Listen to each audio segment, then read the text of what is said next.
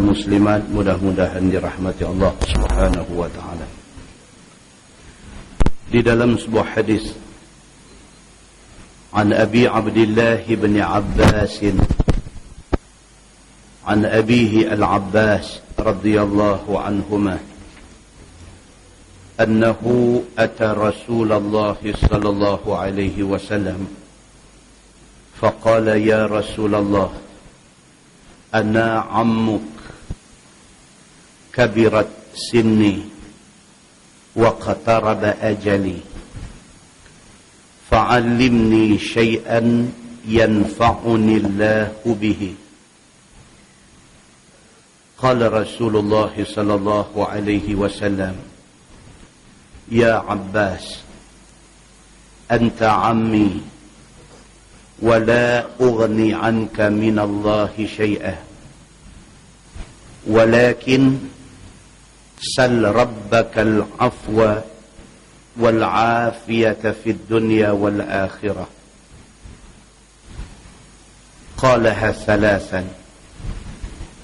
ثم أتاه عند قرن الحول فقال رسول الله صلى الله عليه وسلم له مثل ذلك أو كما قال. Hadis riwayat Imam Ahmad. Daripada Abi Abdullah bin Al-Abbas, daripada bapaknya Al-Abbas radhiyallahu anhuma, kata dia annahu ata Rasulullah sallallahu alaihi wasallam, sesungguhnya pada satu hari Al-Abbas pak saudara Nabi sallallahu alaihi wasallam datang jumpa Nabi. Faqala ya Rasulullah ana ammuk kabirat sinni waqtaraba ajali fa'allimni syai'an yanfa'uni Allahu bihi. Al-Abbas pak saudara Nabi. Pada satu hari dia jumpa Nabi sallallahu alaihi wasallam, dia kata ya Rasulullah ana ammuk, aku ni pakcik kamu. Al-Abbas dua beradik dengan Abu Talib dan dua beradik dengan Abdullah bapa Nabi. Satu hari dia mai jumpa Nabi sallallahu alaihi wasallam, dia kata ya Rasulullah, tuan-tuan tengok adab pada hepok penakan. Dia boleh panggil ya Muhammad, tapi tak, dia panggil ya Rasulullah. Adab. Dia kata ya Rasulullah ana ammuk, aku ni pakcik kamu. Dia kata kabirat sinni, aku dah tua. Kabirat sinni maksudnya sudah besar umur aku, maksudnya aku tua dah. Waqtaraba ajali, adat orang tua maknanya ajal sudah dekat. Al-Abbas pergi jumpa Nabi, dia kata aku pakcik kamu, aku dah tua, aku dah nak mati tak lama dah. Fa'allimni syai'an yanfa'uni Allahu bihi. Dia kata kamu ajarlah kepada aku sesuatu yang boleh bagi manfaat kepada aku di sisi Allah. Ajarlah apa-apa pun dekat aku yang ajaran itu boleh bagi manfaat pada aku. Qala Rasulullah sallallahu alaihi wasallam, Nabi bersabda, Nabi kata ya Abbas anta ammi. Nabi kata wahai Abbas, kamu pakcik aku. Wala ughni anka minallahi syai'ah. Tapi pakcik, walaupun kamu pakcik kepada seorang Nabi, hubungan itu tidak beri apa-apa manfaat pada kamu. Oh, itu dia.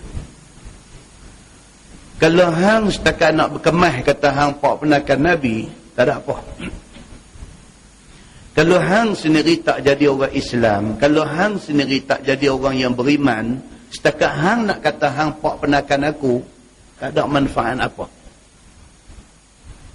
Nabi SAW kata dekat Al-Abbas, bapa penakan dia, tuan-tuan. Al-Abbas ni bukan koman-koman orang. Dia cukup besar jasa untuk Islam. Pun macam tu, Nabi kata dekat dia, wahai pakcik, dia kata, wala ughni anka minallahi syai'ah. Hang tak dapat manfaat apa kalau sekadar, kalau semata-mata jadi pak penakan aku.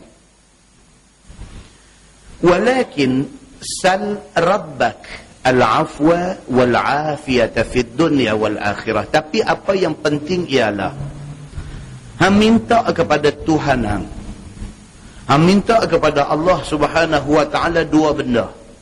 Yang pertama al-afwa, minta ampun dengan Tuhan. Setakat jadi pakcik kepada Nabi tak ada guna apa. Tapi yang paling penting dalam hidup siapa-siapa pun ialah minta ampun kat Tuhan. Minta ampun kepada Allah Subhanahu wa taala atas dosa, atas kesalahan, atas kealpaan, atas ghalib kita selama ni. Minta kepada Allah Subhanahu wa taala al-afwa, keampunan, wal afiyata fid dunya wal akhirah, dan minta selamat dunia akhirat. Dua benda ni kena minta siapa pun, pak penakan Nabi ke, anak Nabi ke, isteri Nabi ke, umat Nabi ke, tak kira. Kalau sekiranya kita nak manfaat dunia dan akhirat, minta dua benda ni. Yang pertama, minta ampun atas dosa-dosa kita. Itu sebab Nabi SAW apabila sahabat tanya Nabi, sahabat kata, bila kita pergi Mekah, bila sampai di Mekah, bila mata kita nampak aja Kaabah, apa kita nak minta dekat Allah?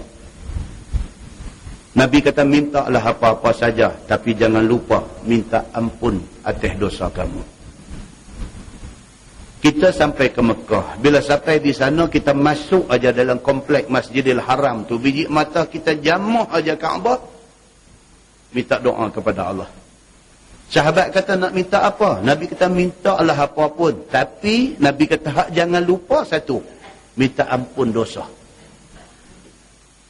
Sahabat tanya kepada seorang sahabat lain, dia kata, Nabi SAW bila masuk ke dalam komplek Masjidil Haram tu, masuk dalam kawasan Masjidil Haram tu, Nabi doa, Nabi angkat tangan ke tak? Itu satu soalan lain. Sahabat jawab, aku melihat Nabi SAW mengangkat tangan dia. Itu satu hadis lain. Jadi walau apa pun, doa minta ampun dosa ini sangat penting, sangat utama. Dan yang kedua, wal afiyata fid dunya wal akhirah, minta selamat dunia akhirat. Qalaha salasan. Nabi SAW kata kepada Al-Abbas, pakcik dia ni 3 kali. Nabi kata, tak guna hang jadi pakcik aku. Pakcik kepada seorang Nabi akhir zaman, tidak ada guna. Yang pentingnya ialah minta kepada Allah supaya Allah ampun dosa. Minta kepada Allah supaya kamu selamat dunia akhirat. Nabi sebut benda tu salasan, 3 kali ulang. Summa atahu inda qarnil haul. Kemudian lepas setahun, daripada hari dia pergi minta wasiat daripada Nabi SAW tu, setahun lepas tu Al-Abbas mai jumpa Nabi, sebut benda yang sama kepada Nabi. Dia kata, ya Rasulullah, ada apa boleh bagi pesan dekat aku, yang pesan tu boleh bagi manfaat dunia akhirat kepada aku? Nabi repeat jawapan yang sama. Nabi kata apa? Minta ampun kepada Allah dan minta selamat dunia dan akhirat. Lepas setahun mai tanya, jawapan yang sama diberi oleh Nabi SAW. Muslimin dan muslimat yang dirahmati Allah sekalian. Tak kira kita siapa. Tak kira kita ni siapa, kita ni satu tu'alim ke, kita ni salah seorang daripada ulama terbilang ke, kita ni satu orang yang menjawat jawatan agama yang tinggi ke, kita ni satu tok guru yang dihormati dan disanjung tinggi ke. Tak kira kita ni siapa. Dosa ada. Minta ampun kepada Allah Subhanahu wa taala.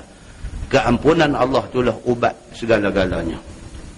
Di dalam sebuah hadis lain, riwayat daripada Al-Abbas bin Abdul Muttalib radhiyallahu anhu, kata dia, ya Rasulullah, ammuka Abu Talib kana yahutuka wa yanfa'uk.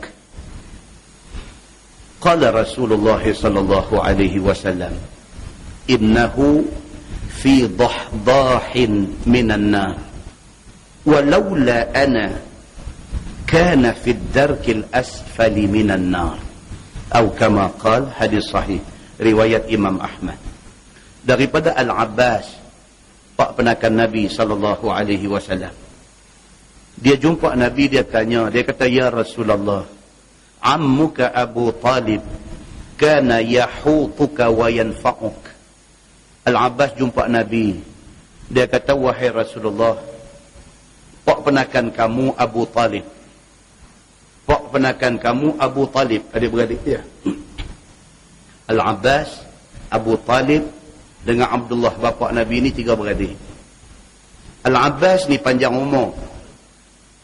Dia mai jumpa Nabi, dia kata, ya Rasulullah, salah seorang daripada pak penakan kamu Abu Talib, kana yahutuk, dia dulu, Abu Talib ni dulu mengasuh kamu. Wa yanfa'uk, Abu Talib ni dulu dia banyak tolong bagi manfaat kepada kamu. Al-Abbas ni adik-beradik, teringat juga dia ke adik dia, teringat juga dia ke abang dia. Dia mai jumpa Nabi, dia kata, ya Rasulullah, ingat dah Abu Talib, pak penakan kamu juga. Walaupun dia mati tidak masuk Islam, tapi kamu ingat dah dia mengasuh kamu, dia banyak tolong kamu. Bila dia kata aja banyak tu, qala Rasulullah sallallahu alaihi wasallam, Nabi kata, innahu fi dahdahin minan nar. Nabi kata, Abu Talib dia di dalam neraka, tetapi di tempat yang dahdah, di tempat yang paling cangkat di neraka.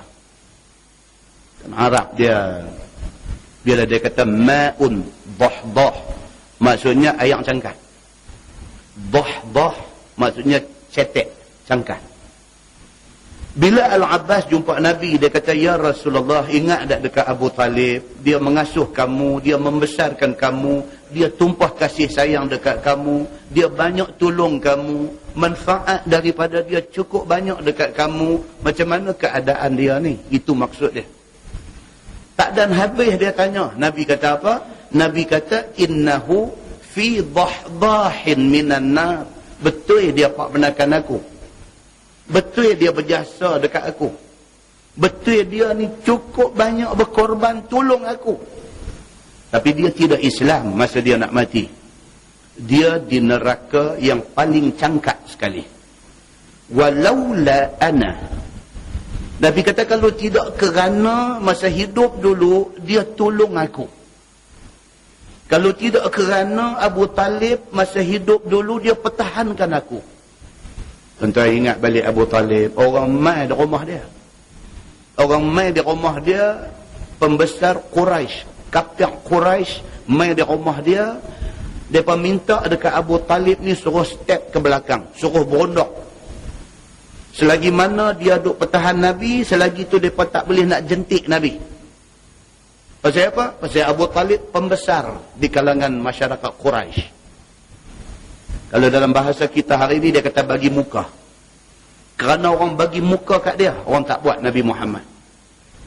Dia minta suruh dia unduk ke belakang, suruh dia isytihar, kata start daripada hari ini, aku tak peduli ke Muhammad, senang mereka nak godam Muhammad ni. Tapi Abu Talib ni dia kata apa? Dia kata, selagi aku hidup, selagi nyawa duk ada dekat aku, jangan hampa sentuh Muhammad dengan niat jahat. Balik pok ni, dia panggil Nabi. Dia kata, ya Muhammad, aku didatangi oleh pembesar kaum kamu. Dia minta aku suruh buat macam ni, macam ni, macam ni punya benda.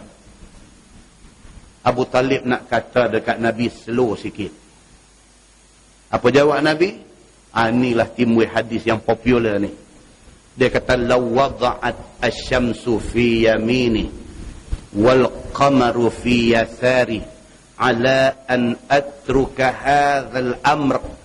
Dia kata, kalaulah boleh ambil matahari buah atas tangan kanan aku ambil bulan buah atas tangan kiri aku. Nak suruh aku tinggal Islam hak Allah suruh aku bawa ni. Tak, dia kata. Wa imma aku berjaya bawa Islam, wa imma aku dimatikan Allah. Abu Talib dengar Nabi kata lagu tu, dia kata apa? Muhammad buat kerja hang, aku pertahanan. Tapi tak masuk Islam. Oh, tu dia tuan-tuan. Nak habaq kata Islam ni mahal. Orang yang macam tu punya berjasa kepada satu kekasih Allah. Allah tidak takdirkan dia jadi orang Islam. Kita tak ada apa jasa untuk Islam ni. Tuhan bagi kita celek-celek mata Islam. Tak mau terima kasih ke kita dekat Tuhan? Tak mau terima kasih ke kita atas anugerah yang kita tak minta ni? Tak pernah kita minta kita dilahirkan sebagai orang Islam. Allah bagi ke kita. Percuma dia bagi dekat kita Islam dan iman. Tiba-tiba hari ini Allah bagi Islam, Allah bagi iman, Allah bagi sehat, Allah bagi ilmu, Allah bagi kekayaan, Allah bagi kebahagiaan di atas dunia. Kita guna semua ni lawan Allah Subhanahu wa ta'ala. Mana duduk kita di akhirat esok ni? Hak tu ambil fikir sudah boleh faham.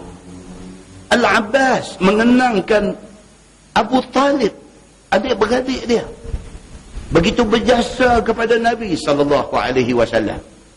Dia tanya Nabi, dia kata, ya Rasulullah, Abu Talib pun pak penakan hang macam aku juga. Macam mana dengan dia? Tak boleh tolong ke dia ni? Nabi kata, innahu fi dahdahin minan nar. Dia di neraka, tetapi di tempat paling cangkat di neraka. Walaula ana, kalau tak kerana aku, kalau tidak kerana jasa dia kepada aku, kana fid darkil asfali minan nar. Dia akan berada di pantat, di dasar neraka Allah Subhanahu wa ta'ala. Muslimin dan muslimat yang dirahmati Allah sekalian. Demikian Allah Subhanahu wa ta'ala cerita ke kita tentang benda-benda ni. Neraka bukan satu benda main-main. Dalam Quran Allah Subhanahu wa ta'ala berfirman, a'udzubillahi minasyaitanir rajim. Walilladzina kafaru bi rabbihim azabu jahannam wa bi'sal masir. Idza ulqu fiha sami'u laha shahiqan wa hiya tafur.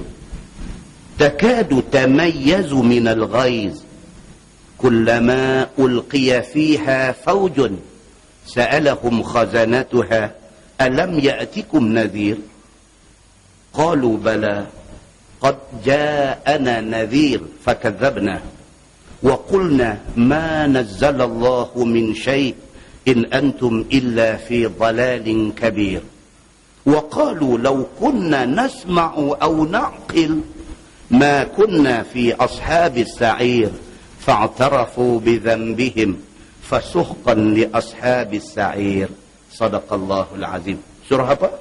Surah Al-Mulk. Surah yang Nabi pesan suruh hafal. Surah yang disebut di dalam hadis Nabi SAW, dia boleh jadi lawyer kita dalam kubur. Ni surah Al-Mulk. Nabi kata kalau tidak kerana benda ni boleh jadi berat ke umat aku. Aku wajibkan tiap-tiap umat aku dalam hati mereka ada surah ini. Siapa tak hafal lagi, balik hafal. Itu yang cerita dia. Pasal apa? Dia lawyer kita dalam kubur. Allah jadikan dia ni syafi', penolong kita dalam kubur. Bagi siapa? Bagi orang yang menghafaz surah ini. Tuhan kata apa dalam ayat ni? Walilladzina kafaru bi rabbihim. Dan bagi orang yang engkar dengan Tuhan mereka. Banyak hari ni nak tengok orang engkar ni banyak. Terang-terang cakap hudud ni bukan hukum Allah. Ya Allahu Akbar. Sudah-sudahlah. Sudah-sudahlah. Tak habis lagi. Tak habis lagi. Dia cari pasal lagi dengan Allah Subhanahu wa ta'ala. Tuhan kata walilladzina kafaru bi rabbihim. Bagi orang yang bantah Tuhan mereka, azabu jahannam. Satu aja. Aku bagi dia neraka jahannam. Wa bi'sal masir. Dan itu adalah kesudahan yang cukup dahsyat. Jangan siapa teringat dalam kepala dia neraka ni lagu macam penjara dunia. Penjara dunia apa teruk dah. No, neraka bukan macam tu. Wa bi'sal masir. Itulah tempat kembali yang paling teruk. Idza ulqu fiha. Apabila orang salah ni dilempak ke dalam neraka.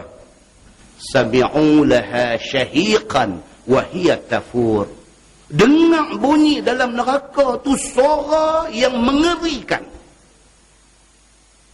Tiap-tiap kali ada orang salah dihumban ke neraka, bunyi yang keluar mai daripada neraka tu syahiqan, cukup mengerikan. Wahiyat tafur, dan lebih mengerikan ialah bunyi gelegak neraka itu. Ui, ayat ni tuan-tuan. Kalau kita bangkit pukul 3, pukul 4 pagi, kita baca sekali dengan duk tengok makna dia sejuk kaki tangan.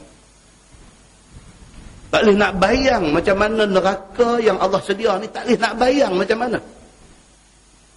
Tuhan kata ambil ulqu fiha, lepak masuk dalam neraka tu, dengar bunyi, satu bunyi yang mengerikan, yang menakutkan.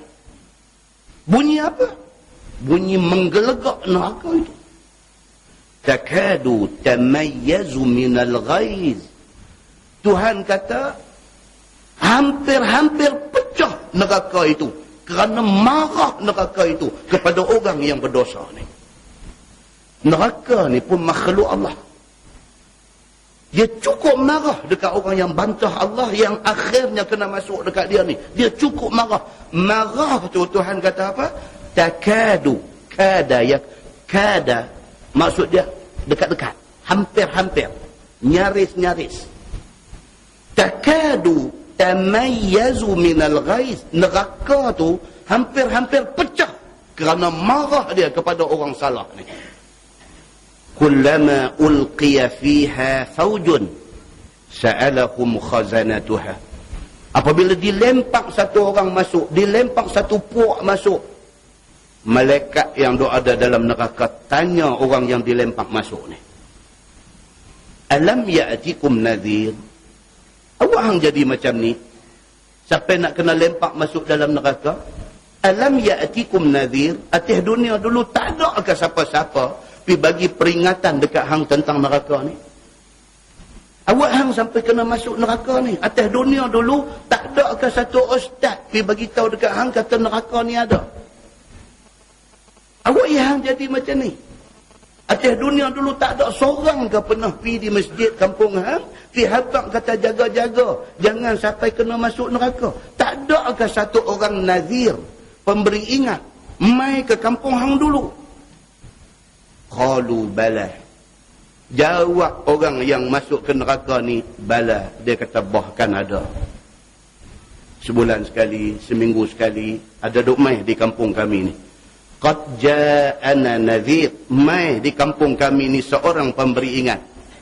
Fakadzabna, tapi kami mendustakan dia. Mai bukan tak mai, tapi saya tak nak pergi. Mai bukan tak mai, tapi saya tak berasa nak dengar. Mai bukan tak mai, tapi saya menyampah dengan mereka ni. Mai bukan tak mai, tapi mai duk baca Quran, duk baca hadis ni saya tak boleh dengar. Dia mengaku di depan malaikat di dalam neraka. Fakadzabna, kami dustakan apa yang mereka ni duk mai abang. Wa qulna ma nazzalallahu min syai'. Kami kata apa, mana ada Allah buat turun mai apa-apa dekat kita? Mana ada hukum Allah yang mai kat kita? Tak ada. Kami kata dekat mereka ni semua merepek. Ni semua mengarut. Ni semua duk mai baca ayat Quran, baca hadis, nak suruh orang tinggal dunia. Ni semua karut. Atas dunia dulu, kami orang yang macam ni.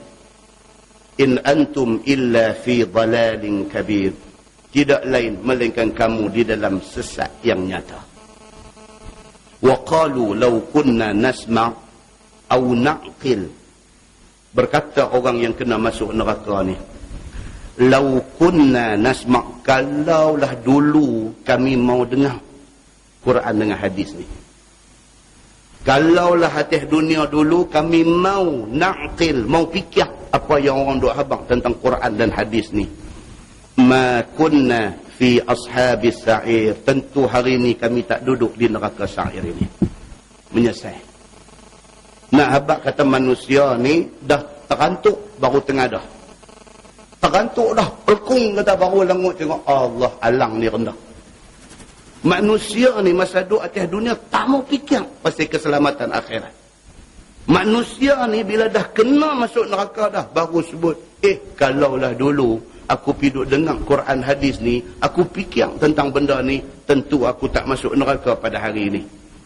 Fa'tarafu bidzambihim. Tuhan kata mereka mengaku dosa-dosa mereka. Fasuhqan li ashabis sa'ir. Maka celakalah orang yang masuk neraka sa'ir. Muslimin dan muslimat yang dirahmati Allah sekalian.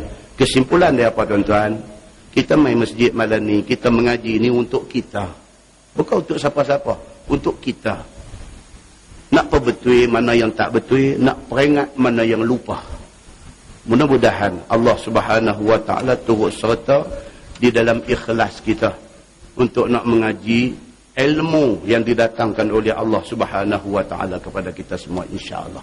Mudah-mudahan mukadimah itu memberi manfaat kepada kita. Kita menggunakan tafsir Nurul Ihsan jilid 2. Nurul Ihsan jilid 2 muka surat 290. Muka surat 290. Kita masih lagi di dalam tafsir Suratul Hijr. Surah Al-Hijr. Muka surat 290 bawah sekali. A'udzubillahi minasyaitanir rajim.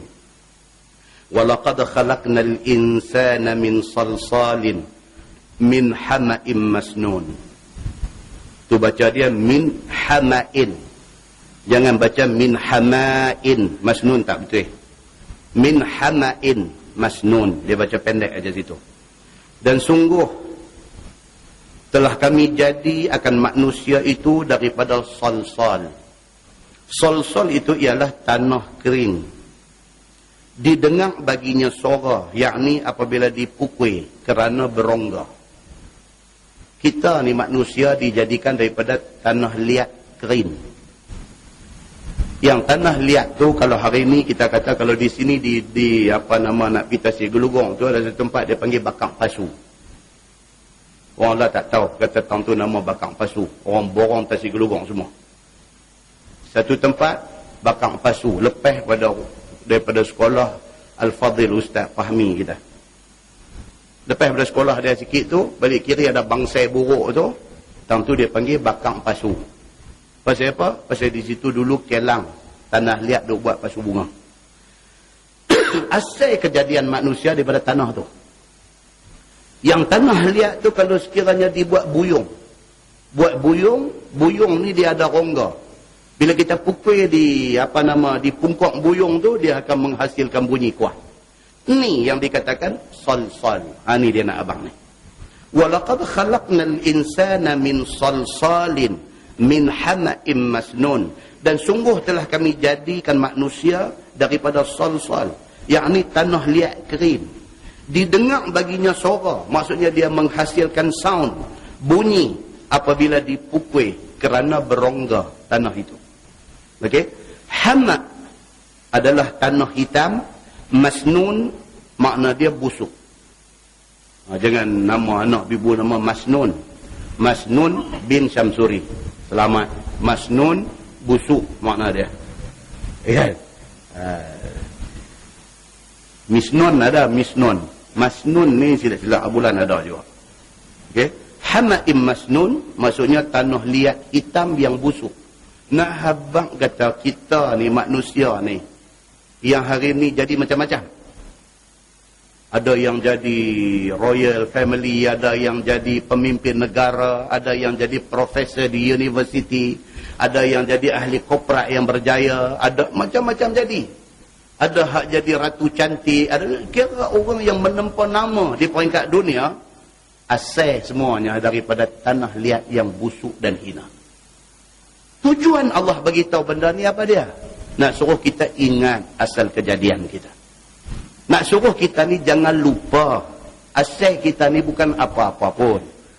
Bila duduk di tempat apa pun, ingat kita manusia yang hina, hamba Allah belaka. Tidak ada lebih di mana pun kita ni. Kita hanya ada lebih kalau sekiranya ada takwa. Inna akramakum indallahi atqakum. Orang yang paling mulia di sisi Allah adalah orang yang paling takwa.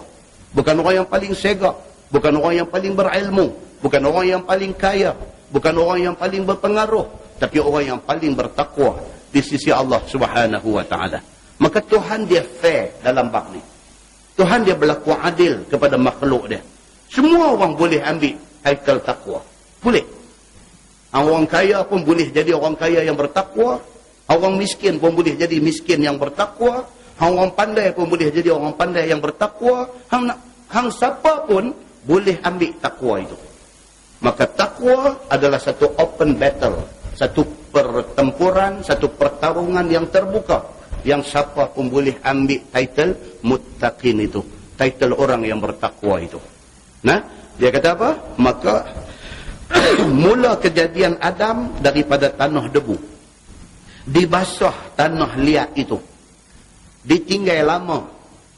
Sehingga menjadi hitam dan busuk. Dan itulah hama'im masnun. Kemudian kering. Jadi salsal. Dan bersuara apabila dipukul seperti periuk belanga. Dia kata. Itulah asal kejadian manusia. Wal janna khalaqnahu min qablu min naris samum. Manakala jan ataupun iblis. Jan daripada jin. Wa ma khalaqtul jinna wal ins. Jin satu. Jan ramai jin. Kata jangan buah nama Jan kepada anak kita. Maksudnya jin. Esok kalau dia jadi perangai tak elok, silap kita juga. Sebab kita jinkan dia daripada dia mula beranak keluar. Kan? Ha? Ada orang nama tu tak apalah buat lupa apa. Tapi ke depan jangan duk buah dah nama tu. Nah, jangan duk buah dah. So dia kata di sini apa? Wal janna khalaqnahu min qablu min naris samum. Dan jan ataupun jin iblis itu kami jadi akan dia daripada Adam. Dahulu daripada Adam. Daripada api samum. Jin, iblis, syaitan, sebelum ada kita, dia ada dah.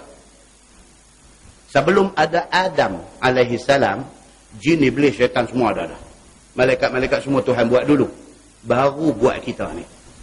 Jangan tanya soalan bodoh di sini. Awak Tuhan dia tak teringat nak buat manusia ke masa? Itu soalan bodoh. Jangan tanya soalan macam tu. Ini Allah Subhanahu wa taala punya urusan. Dia nak buat siapa dulu, dia nak buat siapa kemudian, ini urusan Allah. Jangan kita pergi tanya benda-benda yang macam tu.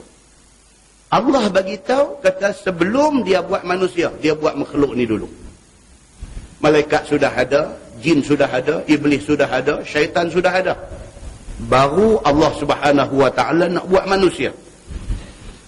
Dan dijadikan jin ini, dia kata, daripada api samum yang tiada asap baginya. Seperti api lintang. Dia kata. Ni, jin ni. Dijadikan daripada api samum. Kalau dalam tafsir, dia kata api samum, maksudnya api yang sangat panas. Api yang paling panas ni color apa tak tahu. Api ni pun macam-macam color dah. Api dapur kita, color merah, oranye. Api budak-budak duk belajar di lab tu, daripada Bunsen tu, dia keluar biru. Cerah lu tu. Hak mana lebih panas? Hak merah oranye tu kah? Hak cerah tu kah? Hak mana lebih panas? Tak tahu. Tapi api neraka yang paling panas. Api neraka itu tidak ada contoh banding di atas dunia. Ada orang kata, no, hak paling panas usah api hak peteri besi tu. Itu pun tidak boleh lawan panas api neraka. Api neraka itu lebih dahsyat lagi. Kalau api dunia ni pun kita dah takut tengok, jangan gambarkan macam mana api neraka. Wal'iyazubillah. Minta Allah jauh kita daripada masuk dalam api neraka ni. Dan dijadikan jin ini daripada api lintang. Dia kata, ni, apa nama petir. Begitu. Dan ada pada jin itu Islam dan kafir. Jin, masyarakat jin, dia tak serupa iblis. Iblis kafir semua. Iblis ni tak ada yang baik, tak ada yang elok. Iblis, syaitan, semua kafir. Tidak ada Islam. Tapi jin, macam manusia. Jin, ada Islam, ada kafir. Bahkan jin makan, minum dan mati. seperti mana anak Adam. Dia kata. Ini Quran punya keterangan. Jin serupa macam manusia. Ada Islam, ada yang kafir. Depa makan, depa minum, depa ni mati. Macam mana manusia makan, manusia minum dan manusia mati. Adapun syaitan, maka tiada pada mereka itu Islam. Bahkan mereka adalah anak cucu iblis. Itu dia. Yang kata iblis, syaitan, Islam tak ada. Tiada mati mereka itu, melainkan apabila mati iblis. Tak mati mereka ni. Bila baru iblis syaitan mati? Bila ditiup sangkakala yang pertama. Bila sangkakala pertama ditiup, mati semua makhluk Allah ada di atas muka bumi ini, termasuk iblis dan syaitan. Selagi tak tiup sangkakala, selagi itu dia hidup. Tuan-tuan, hak cekak pinggang ketika Allah perintah suruh hormat Adam dulu ni. Yang Quran kata aba wastakbara wa kana minal kafirin. Bantah depa ni, takabur depa ni kepada perintah Allah. Bila Allah kata usjudu li Adam, sujud kepada Adam, fasajadu, semua makhluk sujud illa iblis. Melainkan iblis berdiri duk cekak pinggang. Dalam hadis Bukhari kata. Cekak pinggang. Itu sebab cekak pinggang itu dilarang oleh Nabi. Pasal apa? Itu perbuatan yang ditunjukkan oleh iblis ketika Allah suruh dia sembah Adam. Dia berdiri bercekak pinggang. Illa iblis aba wastakbara. Enggan dan takabur dia, tidak mau tunduk kepada Adam alaihi salam. Iblis tu hak tak mau sujud, tak mau hormat kepada Adam tu, yang cekak pinggang apabila Allah suruh hormat Adam tu, iblis tu sampai hari ni hidup lagi, tuan-tuan. Sampai hari ni hidup lagi. Apa pangkat dia dalam komuniti iblis ni, wallahu a'lam, tapi dia ada lagi sampai lah ni. Hang ceritalah pasal sejarah manusia ni, dia tahu semua.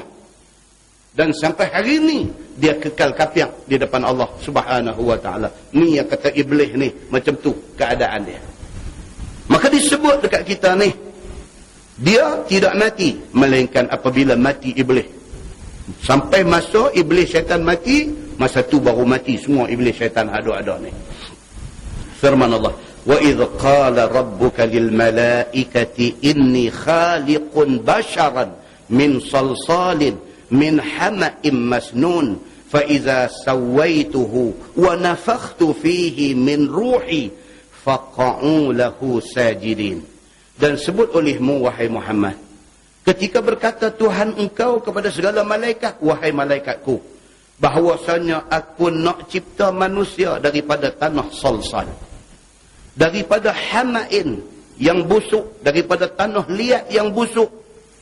Maka apabila aku sudah cipta manusia ini dan aku sudah tium padanya roh aku, maka hendaklah kamu tunduk baginya, yakni sujud kepadanya, akan sebagai sujud tahiyah, yakni sujud bongkok tubuh, dan bukannya sujud hantar dahi di tanah.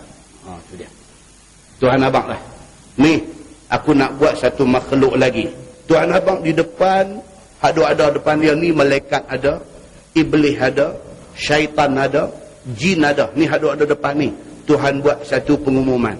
Tuhan kata aku nak cipta lagi satu makhluk, dan makhluk tu aku nak namakan dia Adam.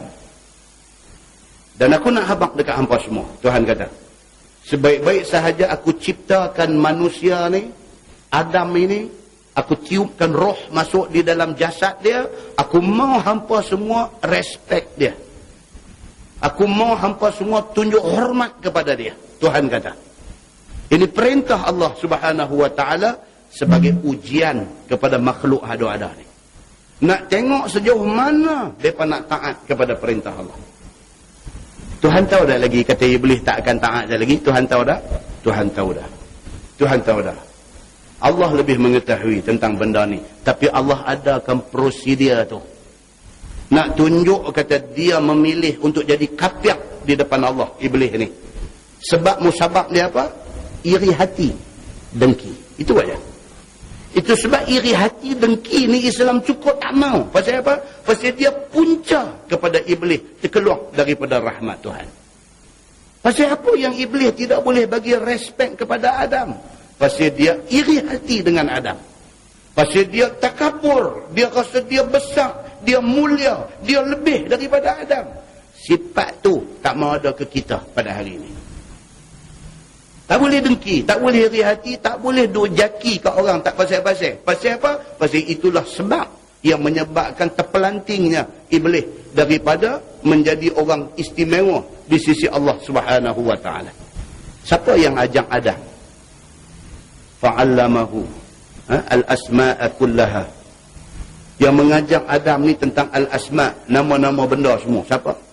Ni makhluk yang Allah buat dahulu daripada Adam alaihi salam. Ni depa ni yang ajak malaikat pi ajak dekat Adam ni nak panggil apa, ni nak panggil apa, tiap-tiap satu benda ni ada nama dia. Kalau tidak mana nak tahu kata pintu tu pintu. Macam budak baru beranak mai dia tahu kata tu pintu. Dia pun tak tahu. Melainkan kalau dia teriak, retuk pintu dia sengap, maka dipanggil dia Ahmad Al-Bab. Maka dia tahu kata Al-Bab itu pintu. Tu pun nak kena orang ajak dia. Al-Bab itu pintu. Al-Bab tu bukan hang. Hang ni dipanggil Ahmad Al-Bab pasal retuk pintu hang dia. Oh baru dia tahu. Itu Al-Bab. Ini Ahmad. Dia kata. Karena ketuk aku diam, maka Ahmad Al-Bab. Baru dia faham. Itu pun nak kena ajak. Demikian hal semua benda ni nak kena belajar. Kalau tidak kita tak tahu. Kita tak tahu apa ni nak panggil apa, ni nak panggil apa, ni nak panggil apa. Tak tahu. Ini ilmu. Ilmu ni diajak oleh Allah Subhanahu wa taala kepada Adam dengan perantaraan malaikat. Dia ajak dia satu-satu. Nah, muslimin dan muslimat yang dirahmati Allah sekalian. Dan aku tiup roh kepadanya, maka hendaklah kamu tunduk bagi respek dengan sujud kepada dia. Tapi sujud itu sujud tahiyah. Sujud respek. Sujud hormat. Yakni tunduk, bongkok tubuh. Bukannya dengan sujud macam mana sujud dalam sembahyang. Kita tidak boleh sembah manusia macam mana kita sembah Allah. Allah kita sembah letak dia atas tanah ni. Itu kita sembah Allah, membesarkan Allah. Manusia kita respect tidak boleh melebihi tahap sembah kita kepada Allah. Bongkok pun jangan sampai tahap rokok. Jangan sampai tahap rokok sebab rokok itu hormat Allah. Kita bongkok sikit aja sebagai tanda respect dekat dia. Jangan melebihi hormat kita, besar kita kepada Allah Subhanahu wa taala. Firman Allah, fasajadal malaikatu kulluhum ajma'un illa iblis aba an yakuna ma'as sajidin. Maka sujud malaikat semua sekali melainkan iblis. Itu dia. Semua orang tunduk taat perintah Allah, iblis dah.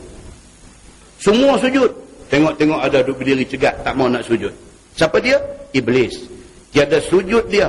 Bahkan bantah dia bahawa jadilah iblis itu daripada orang-orang yang sujud. Dia bantah tak mau jadi orang yang sujud macam orang lain.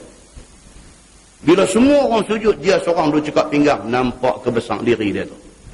Tuan-tuan ingat balik. Nanti kita baca di Lake Home kot.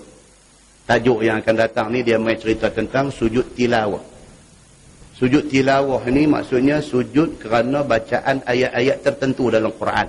Baca ayat sajdah yang orang baca pagi jemaah apa semua tu, dia panggil sujud tilawah.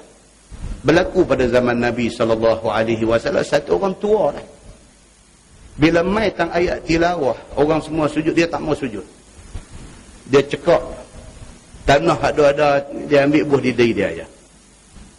Dia bukan uzung, tak boleh sujud no, dia saja tak mau sujud. Dia ambil tanah, dia buah di diri dia. Dia kira sama macam orang sujud atas tanah. Apa kata dalam hadis tu? Tidak lain, tidak bukan. Kami melihat, sahabat kata, akhir hidupnya sebagai orang kafir. Pasal apa tu? Pasal dia nak tunjuk ke Tuhan, kata dia besar diri. Perintah sujud, apabila jumpa ayat tilawah ni, perintah daripada Allah. Nabi bagi tahu. Bila dia tak mau buat, dengan niat kata nak bantah, nak besar diri, hak ni Tuhan marah. Besar diri ni Tuhan marah. Akibat dia apa dia? Berakhir hidup dia dengan kufur di sisi Allah Subhanahu wa taala. Kita baca di sana nanti insya-Allah. Nah, firman Allah Subhanahu wa taala, qala ya iblis, ma laka alla takuna ma'as sajidin. Tengok. Punyalah Tuhan ni berlembut dengan makhluk dia. Bila Allah perintahkan, kata bila aku buat Adam, aku bagi roh dekat dia, hampa semua kena bongkok, tunjuk kata hampa hormat dekat dia. Ini perintah aku. Fasajadu, semua pakat sujud, illa iblis. Iblis tak mau sujud. Tuhan tak terus ambil tindakan dekat dia. Tuhan tanya dia elok-elok. Tuhan tanya iblis yang bantah ni, Tuhan tanya elok-elok. Tuhan kata apa? Qala ya iblis, malak. Tuhan kata, wahai iblis, apa hal dengan kamu ni? Alla takuna ma'as sajidin. Kamu tak bersama dengan orang-orang lain yang sujud. Tuhan bagi peluang dekat dia untuk nak jawab. Kalau hari ni dia kata apa? Bagi show cause letter. Bagi surat tunjuk sebab. Sebelum tindakan diambil, hang bagi tahu dulu pasal apa yang hang buat macam tu. Bagi show cause letter, bagi surat tunjuk sebab.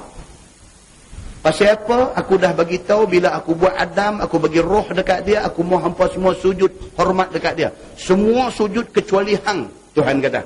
Pasal apa hang tak sujud? Tuhan tanya dia, Tuhan bagi peluang dekat iblis untuk jawab. Qala lam akun li asjuda li basharin khalaqtahu min salsalin min hama'in masnun. Oh, dia jawab depan Tuhan. Apa dia kata? Sembah iblis, hamba tidak mau sekali-kali sujud kepada manusia yang Tuhan aku jadikan dia daripada tanah liat hitam busuk itu. Oh, dia jawab macam tu depan Tuhan. Dia jawab macam tu. Dia kata, aku dengan Tuhan aku tak ada masalah. Masalah aku dengan Adam. Tuhan tetap Tuhan aku, tapi dia ni aku tak boleh terima.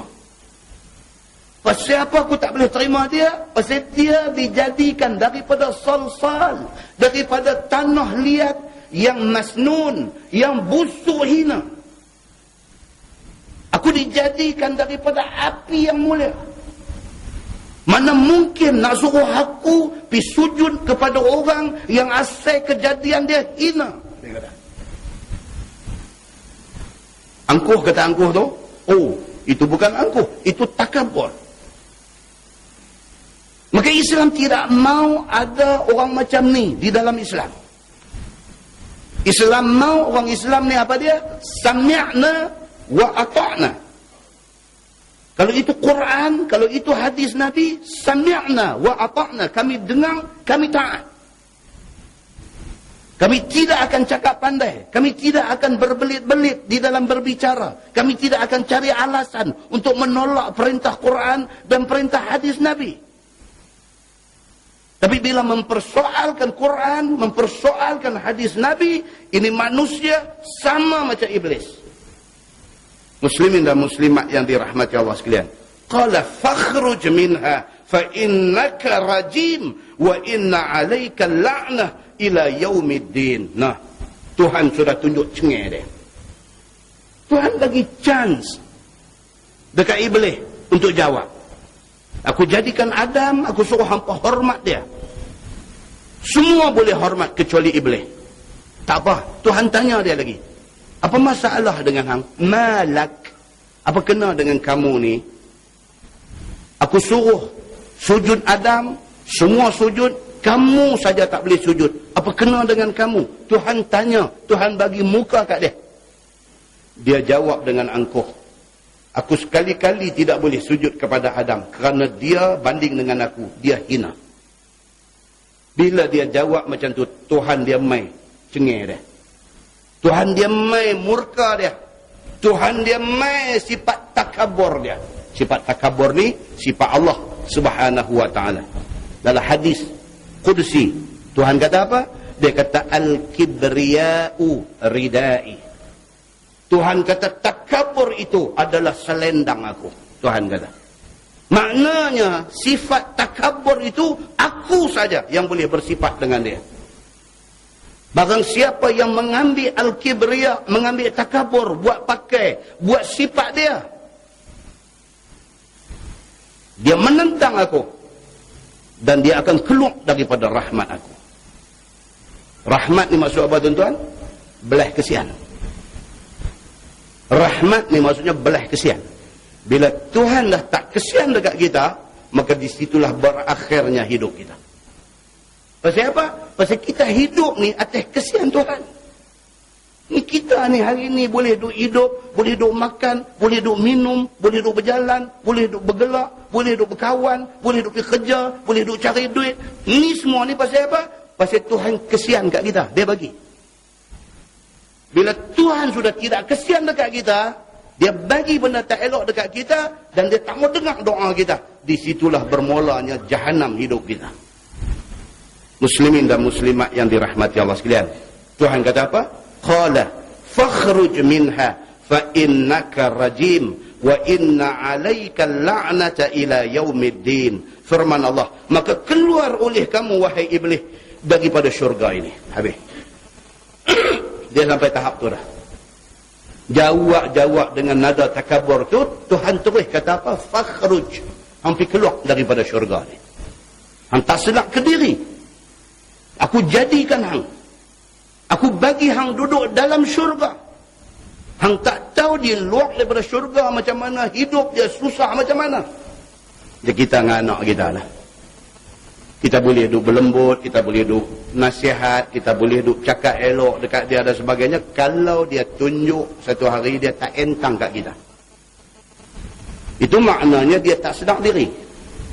Itu maknanya dia tak tahu, kata dia duduk dalam rumah kita dengan kesenangan kita bagi dekat dia, dengan kasih sayang yang kita tumpah dekat dia, dengan segala-gala kehendak dia kita penuhi. Itu satu nikmat yang tak boleh dijual beli. Dia tak reti. Sampai satu hari kita kata fakhruj, hampir keluar daripada rumah ni. Dia keluar tu baru dia tahu, kata rumah ayah dia tu sebenarnya syurga dalam dunia ni.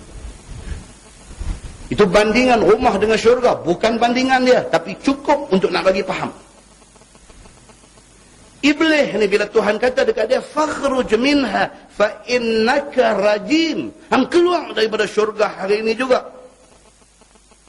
Bahkan engkau pada hari ini rajim, menjadi makhluk yang kena rejam. Maksudnya kena hina, kena laknat habis-habisan di sisi Allah Subhanahu wa taala. Maka kena hambat keluar dia daripada syurga ataupun daripada langit itu. Dan bahawa atas engkau itu laknat aku. Tidak cukup dengan kena halau. Tuhan kata dekat iblis ni, wa inna 'alaika la'nah, atahang kena laknat aku. Habis. Kalau ibu bapa ni dia kata kat anak dia, hang keluar daripada rumah ni, aku tak mau tengok dah muka hang. Habis. Keluar pergi jadi susah, duit tak ada dalam poket, nak makan pun tak ada, duk melewang sana sini. Masa tu baru kenal masjid, pergi tumpang tidur tepi kolah masjid dan sebagainya. Sengap-sengap telefon dekat mak, ayah marah lagi dah ni, saya nak balik ni, saya duduk ni. Tak.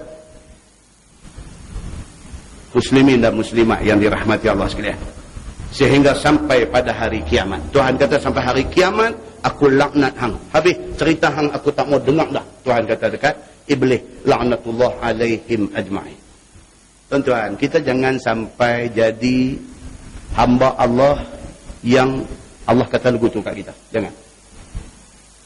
Dia bagi umur kat kita sampai 80, sampai 90, duk bercakap merapu, duk kata macam-macam dekat hukum Allah. Sampai satu tahap Tuhan kata, hang pi merambui, aku tak mau tengok muka. Habis kita ni. Muslimin dan muslimat yang dirahmati Allah sekalian. Sembah iblis. Iblis yang kena halau ni, cakap pandai lagi. Sembah iblis kepada Allah. Qala rabbi fa'anzirni ila yaumi yub'atsun. Dia minta lagi, tuan-tuan. Kata iblis, takhirkan hamba. Yakni jangan bagi hamba mati sampailah hari dibangkitkan segala manusia yang mati. Itu dia minta. Dia sudah kena laknat Allah, dia sudah kena halau keluar daripada syurga. Dia minta last dekat Tuhan. Okeylah tak apa, dia kata. Dia jadi macam ni. Dia kata okeylah tak apa. Saya jadi macam ni kerana apa? Kerana Adam tak guna ni. Dia kata. Tuan-tuan nampak ada iri hati tu? Iri hati tu. Okey tak apa. Saya daripada satu kesayangan Tuhan sebelum ni, tiba-tiba sekelip mata saya dihalau keluar daripada syurga dan laknat kena dekat saya sampai hari akhirat. Pasal apa? Pasal Adam ni, dia kata. Okey tak apa. Dia kata, saya terima benda ni. Cuma saya nak minta. Dia kata. Dia minta apa? Minta Rabbi fa'anzirni ila yaumi yub'asun. Wahai Tuhanku, jangan matikan aku ni sampailah kepada hari kiamat esok ni. Dia minta panjang umur. Tak mati iblis dan suku sakat anak cucu cicit dia tak mati. Beranak mai tak mati. Hak duk ada zaman tu, zaman kena murka Allah tu duk ada lagi, hak duk beranak mai duk mai lagi. Punya ramai dia ni duk ada ni, duk celah-celah kita ni, duk ada ni. Dia kata apa Samsuri ni duk cerita pasal kita ni, marah ni dia. Dia tengang tuan-tuan ni. Tengok dia kata tu sebutlah, baru kita duk kata dia sebutlah, marah. Oh, dia kata tengok, dia sonok kita kena halau keluar daripada syurga, dia sonok, dia habaq dekat orang kata kita kena halau, tengok, jaga dia kata. Geram dia, marah dia. Pasal apa? Pasal kita tahu rahsia dia. Ini yang kata iblis ni. Qala fa innaka minal munzarin ila yaumil waqtil ma'lum. Firman Allah, wahai iblis, bahawasanya engkau itu daripada jumlah segala orang yang diberi tangguh. Tuhan bagi apa yang dia minta. Tuhan kata okey, no problem. Hang mau panjang umur? Ni hang ni Adam akan mati. Lepas Adam akan main Nabi Nuh, Nuh akan mati. Lepas tu dia akan main Nabi sampai Nabi Muhammad sallallahu alaihi wasallam. Muhammad pun akan mati. Hang tak mati. Sebab apa? Sebab hang tak mau mati lagi kan? Sebab apa? Sebab hang minta panjang umur kan? No problem. Aku luluskan permohonan hang. Apa dia ayat dia? Ini ayat dia. Tuhan kata fa innaka minal munzarin. Sesungguhnya engkau wahai iblis termasuk daripada kalangan orang-orang yang diberi tangguh, diberi umur panjang, ila yaumil waqtil ma'lum, sehinggalah sampai kepada waktu yang maklum, iaitu ditiup sangkakala yang pertama. Itu dia Tuhan bagi dekat dia. Hang akan hidup sampailah ditiup sangkakala yang pertama, dan waktu mati segala makhluk, waktu itulah baru hang dan suku sakat hang mati. Tuhan bagi dekat dia. Maka panjang umur iblis syaitan ni, apa guna tuan-tuan umur panjang dalam keadaan kena laknat Allah? Itu dia nak abang kat kita. Tak ada guna. Kalau satu orang sambut hari lahir, kita hantar SMS dekat dia, selamat ulang tahun yang keberapa, mudah-mudahan panjang umur. Tak ada guna tuan-tuan. Kita kena tulis mudah-mudahan panjang umur dalam kebajikan. Panjang umur saja tak ada makna. Pasal apa? Tak ada makhluk di atas dunia yang lebih panjang umur daripada iblis. Apa guna panjang umur kalau dalam keadaan dilaknat Allah Subhanahu wa taala? Kita wish dia selamat hari lahir yang keberapa, mudah-mudahan panjang umur dalam kebajikan. Panjang umur di dalam taat kepada Allah. Hak tu yang kita nak minta. Pendek umur pun tak apa, tapi kita dalam taat daripada panjang dalam derhaka Allah Subhanahu wa taala. Muslimin dan muslimat yang dirahmati Allah sekalian. Firman Allah, qala rabbi bima aghwaytani la uzayyinanna lahum fil ardi wa la ughwiyannahum ajma'in. Dia minta lagi yang kata iblis ni. Maka sembah iblis lagi, wahai Tuhanku, dengan sebab barang yang engkau sesat akan daku jadi kafir. Maka aku nak menghiasi bagi mereka itu, yakni bagi manusia anak cucu Adam esok ni, di atas muka bumi esok ni, nampak elok kerja maksiat dan kufur. Itu dia minta dekat Tuhan. Satu, minta panjang umur. Yang kedua, aku minta izin kepadamu ya Allah, Adam yang menjadi punca aku jadi macam ni hari ni, Adam dan anak cucu dia, aku akan pastikan mereka ni bila tengok benda maksiat syok. Aku akan pastikan mereka ni bila tengok pampir mereka syok. Aku akan pastikan mereka ni di atas dunia esok bila tengok gambar lucah mereka syok. Aku akan pastikan mereka ni di atas dunia esok bila buat benda dosa mereka syok. Hak ni satu aku minta, dia kata. Izinkan aku. Alang-alang dia kata, aku akan basahkan bumi Melaka. Itu siapa tu cakap macam tu? Dia pasal bebai. Bebai punya pasal, tak apa. Dia kata, okey, tak apa. Aku akan, dia main. Jangan macam tu. Pasal apa? Itu semua ayat nak pelingkup kita. Iblis sudah guna ayat tu. Dia kata, ya Allah, dia kata, Adam ni punya pasal, aku sudah jadi macam aku jadi pada hari ni. Aku minta izin lagi satu. Aku akan buat Adam dan anak cucu dia. Tuan-tuan, dia berjaya tak buat, tuan-tuan? Tak dan mai kita.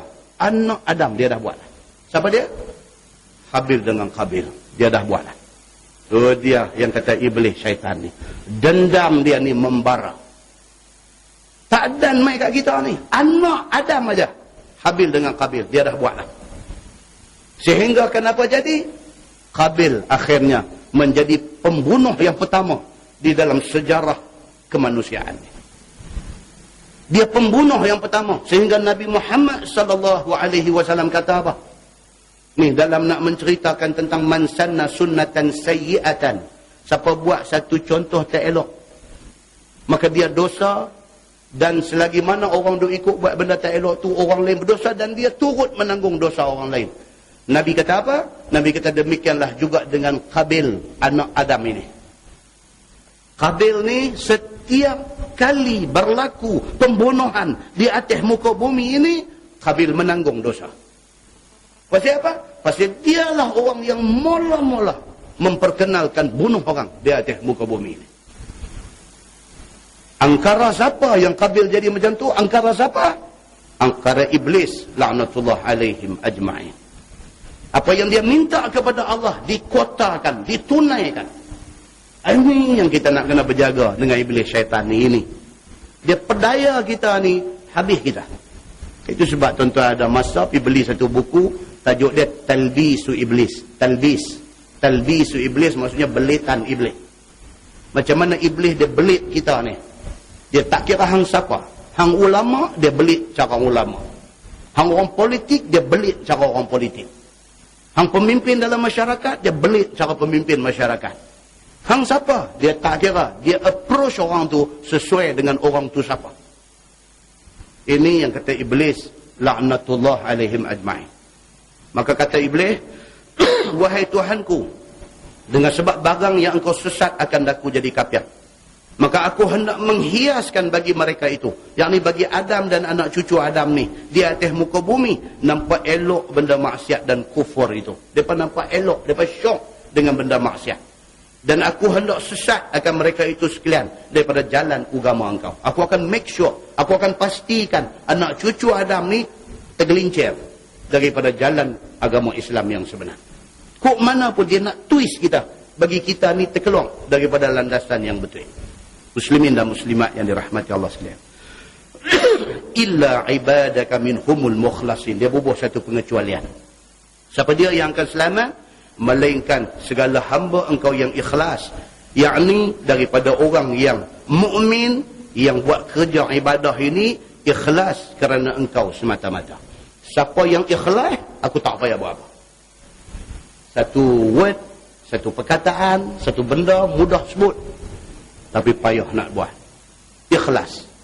Simple aja word tu, ikhlas. Tapi bukan senang nak jadi orang yang ikhlas.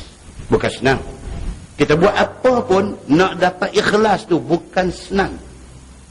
Siapa yang boleh dapat benda tu, itu anugerah besar daripada Allah Subhanahu wa taala kepada dia. Nah, muslimin dan muslimat yang dirahmati Allah sekalian. Tiada akan makan, akan tipu daya iblis itu. Iblis kata orang ikhlas tak termakan dengan tipu daya dia. Iblis tak boleh nak memperdayakan orang ikhlas ni. Nah, muslimin dan muslimat yang dirahmati Allah sekalian. Sambung ayat tu, qala hadza siratun alayya mustaqim. Firman Allah, inilah jalan yang aku hendak sebut. Inilah jalan betul, iaitu agama Islam. Tuhan abang. Tuhan kata apa? Inilah jalan lurus dan menjadi tanggungjawab aku untuk memelihara Islam ni. Buatlah apa pun ke Islam ni. Islam genuine. Islam tetap asli sampai hari ni. Pasal apa Islam ni boleh terpelihara? Pasal ayat ni. Tuhan kata, inilah Islam jalan aku dan tanggungjawab aku memelihara Islam ini. Terus apa buat apa? Islam tetap kukuh, tetap utuh. Walau berapa ramai orang tinggal Islam, berapa kali ganda tu orang masuk Islam. Dia jadi macam tu. Pasal apa? Pasal Allah pelihara Islam ini. Iaitu, dia kata firman Allah Subhanahu wa ta'ala, inna ibadi laysa laka alaihim sultanun illa man ittaba'aka minal ghawin. Bahawa segala hamba aku, yang ikhlas buat ibadah kepada aku, tiada bagi engkau atas mereka itu kekuatan untuk tipu daya mereka itu. Tuhan kata, selagi mana ada hamba aku yang ikhlas, selagi itu hang tak boleh buat apa ke mereka. Tuhan kata. Ikhlas ni dia kena gerum. Dia kena suburkan ikhlas itu. Ikhlas ni kita kena start, kena buat benda orang tak tahu. Paling simple contoh apa tuan-tuan? Tak ada siapa tahu kalau kita bangkit pukul 3.30, pukul 4 pagi. Itu kita kena buat. Kalau itu kita boleh buat, kita sedang menyuburkan ikhlas dalam diri kita. Benda haduk buat mata orang duk tengok ni susah tuan-tuan. Susah. Dia dapat ikhlas 2 hari. Hari ketiga hilang ikhlas. Dia dapat ikhlas dalam sejam. Dia masuk jam yang kedua, dia hilang ikhlas. Tapi benda hak kita buat tak ada siapa tahu ni. Kalau kita boleh istiqamah buat benda tu, kita tahu kata Allah aja tahu benda ni. Kita boleh istiqamah benda tu. Tuan-tuan, itulah latihan ikhlas yang cukup cantik. Kita jadikan dia sebagai satu yang kita komit diri kita. Kita wajibkan diri kita buat benda tu. 4.30 ringgit. Apa pun tak tahu. Dia ambil ayat semayang, Allahu Akbar, tahajud 2 rakaat. Sengak-sengak. Tak mau kacau siapa dalam rumah kita. Tak mau kacau siapa. Habis sangat kita dengan bini kita aja. Pakatlah saja. Malam ni kita semayang sikit. Dia kata taklah, letih tak apa. Kita bangkit. Kalau dia kata okey, 2 orang. Kuat sikit. Bangkit, semayang 2 rakaat. 2 rakaat. 5 minit. Assalamualaikum warahmatullahi. Assalamualaikum warahmatullahi. 2 orang aja. Buka Quran baca. Buka Quran baca. Kita baca, dia dengar, dia baca, kita dengar. Sama-sama pakat baca. Ambil setengah jam. Semayang 5 minit. 20 minit, 25 minit. Habuan kita nak baca Quran dan sebagainya. Ijidong balik. 2 orang aja. Ikhlas kerana Allah. Tu ceritakan siapa dekat sebelah rumah pun tak mau abang. Dekat adik-beradik pun tak mau cerita. Kita buat. Pasal apa? Nak gerum. Ikhlas dalam hati. Ini keikhlasan boleh dibentuk. Lagi biji mata duk tengok ni lagi tu susah tuan-tuan kita nak buat apa pun. Dia anti mai lintasan-lintasan ni. Pasal apa? Iblis syaitan dah kata dah. Kok mana pun la ughwiyannahum ajma'in. Aku akan pastikan depa disesatkan semua sekali. Muslimin dan muslimat yang dirahmati Allah sekalian. Firman Allah Subhanahu wa taala, wa inna jahannama la maw'iduhum ajma'in. Dan bahawasanya neraka Jahannam itu merupakan tempat janji mereka itu, yakni orang yang ikut engkau sekaliannya. Itu dia. Neraka Jahannam tu tempat janji kepada orang yang tidak ikhlas kepada Allah, orang yang derhaka Allah Subhanahu wa taala. Laha sab'atu abwabin likulli babin minhum juz'um maqsum. Ni dia nak cerita pasal neraka. Dia kata bagi neraka itu 7 pintu, iaitu bagi 7 tingkat. Neraka ni 7 tingkat, tiap-tiap satu tingkat tu dua ada pintu dia. Maka tiap-tiap pintu itu daripada mereka itu firqah yang dibahagi. Tiap-tiap satu neraka tu ada pintu, dan tiap-tiap pintu tu ada orang yang akan masuk dia. Pertama, neraka Jahannam, iaitu tempat orang mukmin yang buat maksiat, kadar maksiatnya, kemudian dikeluarkan dan dimasukkan ke dalam syurga. Yang ini satu. Neraka Jahannam, kita orang Islam beriman kepada Allah tapi buat dosa. Neraka Jahannam kita.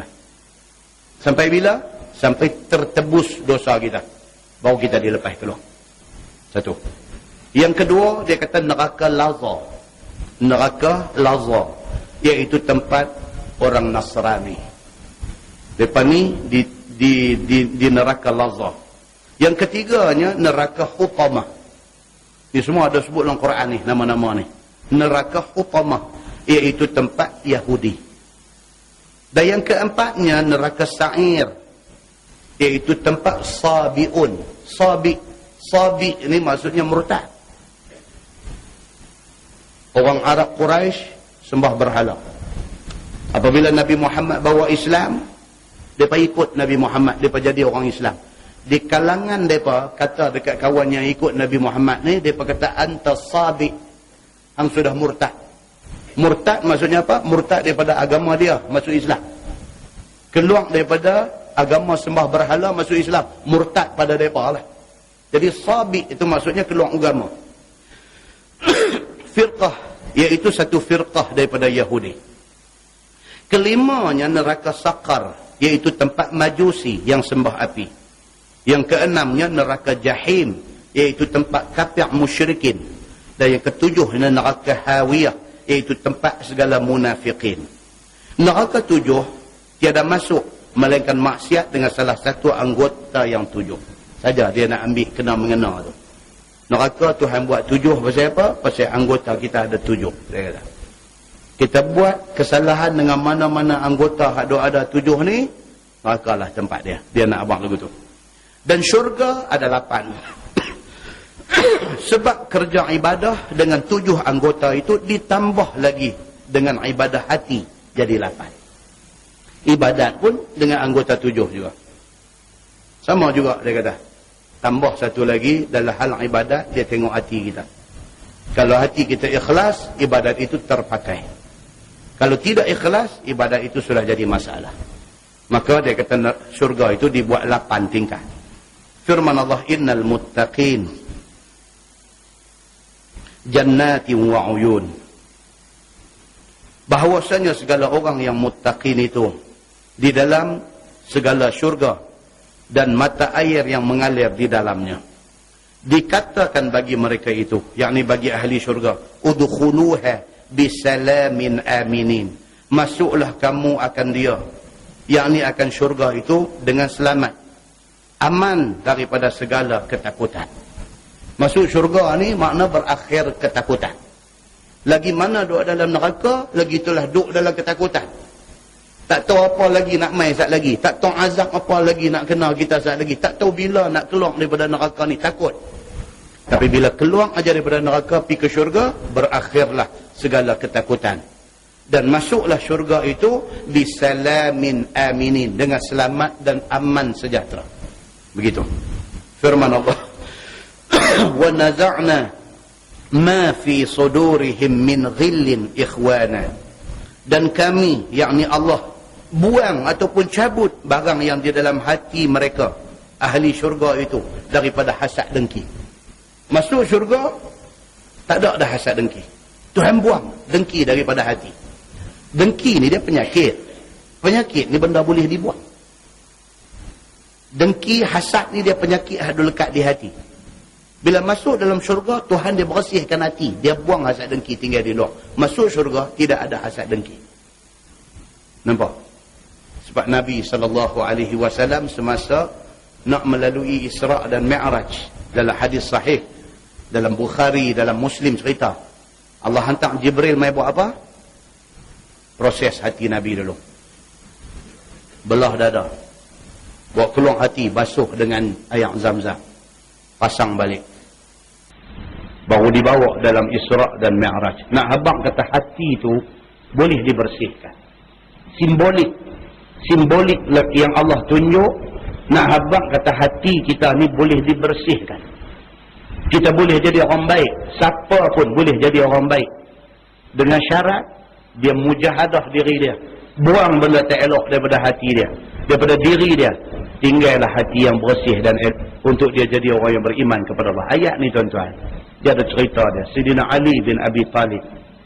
Kan Sayyidina Ali dengan Aisyah, isteri Nabi, terlibat dalam perang.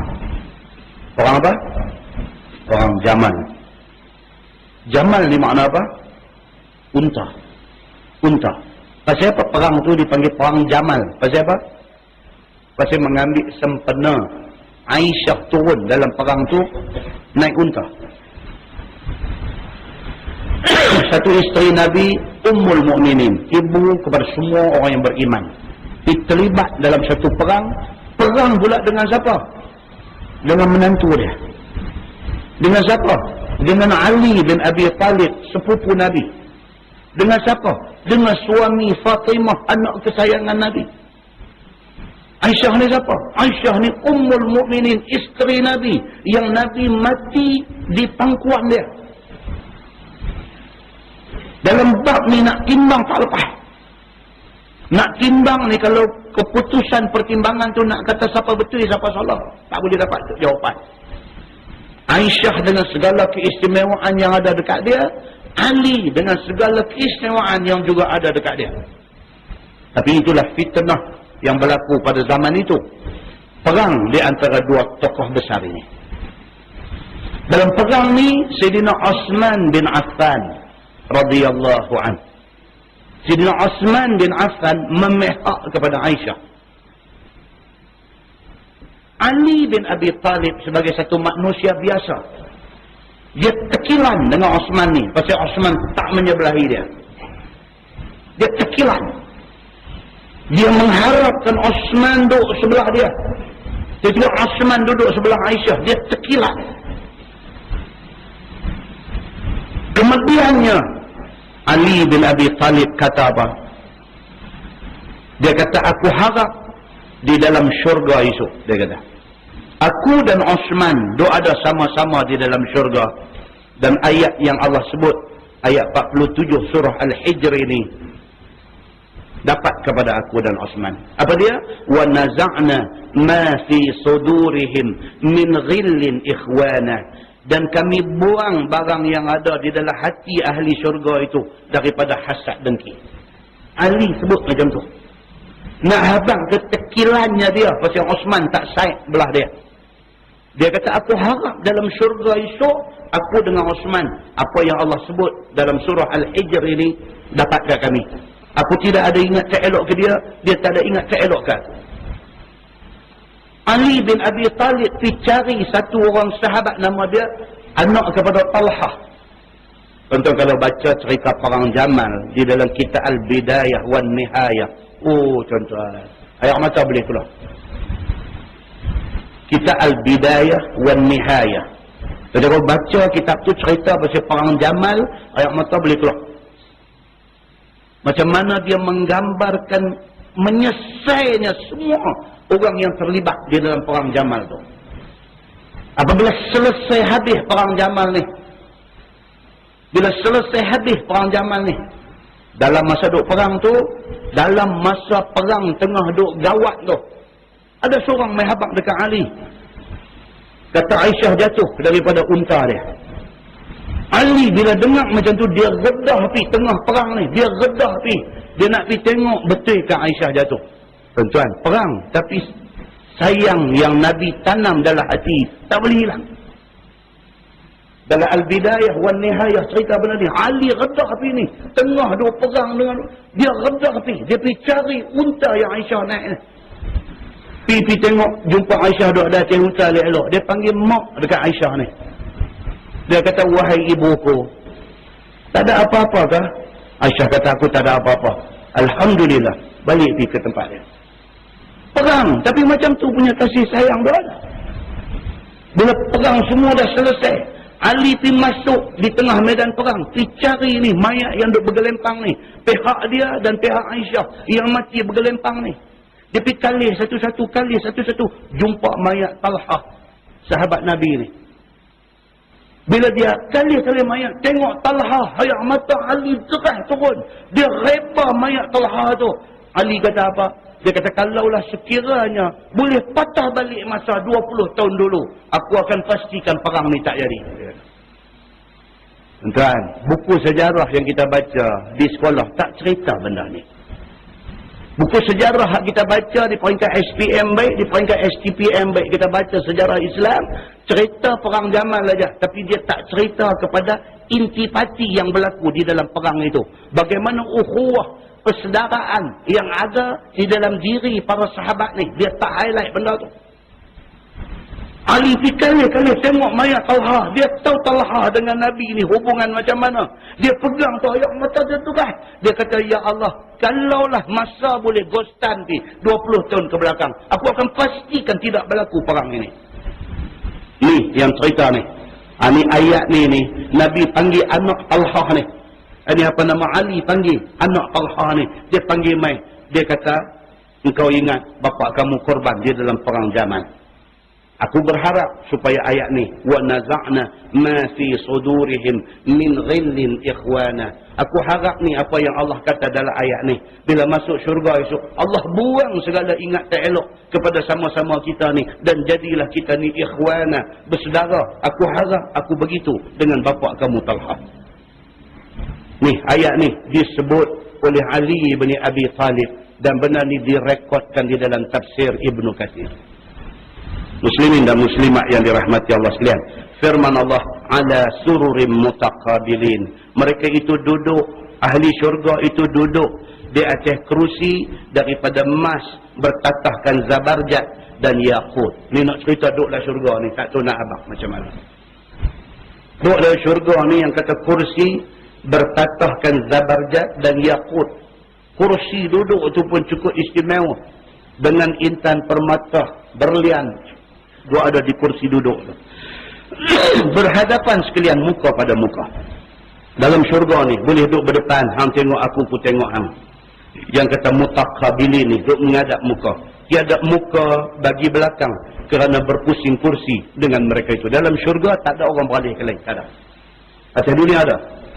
Atas dunia kita dengan dia ni ada sikit hal macam mana nampak kita berbuat pergi ke lain bang. Pasal apa tak syok. Kita pernah dengar di telinga ada seorang mehabak, dia ni duk kata kat kita macam-macam. Satu hari kita jeremuh dengan dia tengah jalan. Kita tak kata apa balik ke dia, tapi hati tawak punya pasal kita beralih pergi ke Lembang. Tak mau nak berjeremuh dengan dia. Pasal apa? Bila berjeremuh dia main salam elok-elok, ustaz apa abang, tapi kita dah dengar cerita. Dia duk lonyai kita kat belakang dahsyat sangat. Kita nak lari ke lain. Itu tidak ada dalam syurga. Dalam syurga ni hang jumpa aku jumpa hang bila aku hati lapang. Tak ada ingat dia macam-macam, dia tak ada ingat kita macam-macam. Kita bersih hati dengan dia, dia bersih hati dengan kita. Yang kata ahli syurga ni, antara satu dengan satu, bersih hati semuanya. Firman Allah, la yamassuhum fiha nasab. Tiada sentuh akan ahli syurga itu dengan penat. Dalam syurga ni tak penat. Atas dunia ni penat, tuan-tuan. Atas dunia ni penat. Macam-macam penat dia ada atas dunia ni. Penat nak cari makan satu, penat, oh penat aja dunia ni penat. Dan penat perempuan cara perempuan, penat laki-laki cara lelaki, kira penat. Hak lebih teruk penat ni bila kena penyakit penat, hal tu lagi teruk. Dia bawa gas dalam poket ni. Oh yang tu memang penat betul yang tu. Sekali dia main tu dengan mata lagu nak putih liak dia bawa dalam poket nak ambil, nak inhaler, nak smoke tu. Seluk poket, poket ni duk cari dalam poket ni. Mata dia putih-putih, kita kata habis umur dah dia. Yang tu penat betul. Yang tu penat betul. Dalam syurga esok, penat kerja pun tak ada, penyakit penat pun tak ada. Dia kata, la yamassuhum fiha nasabun. Tidak akan menyentuh ahli syurga itu penat. Wa ma hum minha bimukhrajin. Dan tiada mereka itu, yakni ahli syurga itu, daripadanya dengan keluar selama-lama. Dan masuk syurga tak keluar dah. Yang kata syurga ni bila masuk abadan. Cerita keluar ni tak ada dah. Masuk tu tak keluar dah. Itu yang kata syurga Allah Subhanahu wa taala. Nabbi ibadi anni anal ghafurur rahim. Wa anna azabi huwal azabul alim. Khabarkanlah olehmu ya Muhammad kepada hamba aku, kepada umat-umat engkau, bahwasanya aku Tuhan yang amat mengampuni lagi amat kasih sayang. Allah suruh Nabi Muhammad habaq ke kita ni. Kata Allah Subhanahu wa taala tu, dia cengih, dia garang, ada masa dia. Bukanlah Allah tu garang sepanjang masa. Sebaliknya Allah Subhanahu wa taala itu Al-Ghafurur Rahim. Dia pengampun dan dia penyayang dekat kita ni.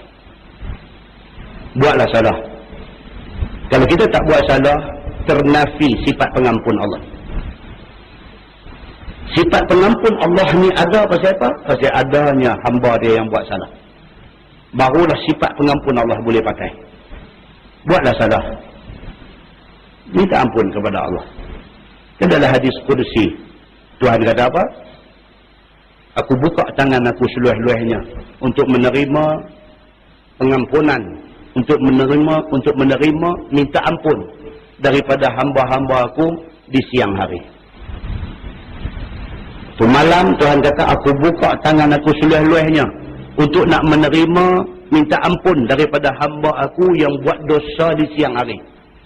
Dan di siang hari aku buka tangan aku seluas-luasnya untuk nak terima minta ampun daripada hamba aku yang berdosa di malam hari. Bila masa pun mintalah ampun kepada Allah. Allah duk tunggu hamba dia minta ampun untuk dia nak bagi pengampunan itu. Demikianlah yang kata Allah kata, Anni anal ghafurur rahim. Sesungguhnya aku ni Tuhan yang maha pengampun, maha penyayang. Wa anna azabi huwal azabul alim. Dan bahawasanya azab aku itu azab yang sangat sakit. Walaupun aku ni maha pengampun, maha penyayang, tapi jaga baik-baik. Siapa yang tidak minta ampun kepada aku, ingat azab aku cukup sakit. Maka hendaklah kamu takut kepada azab aku dan harapkanlah keampunan aku dengan ikut Rasul aku ini. Itu dia Tuhan pesan lagu tu. Nah, wallahu a'lam. Lepas ni insya-Allah kita masuk satu ayat 51 daripada surah Al-Hijr.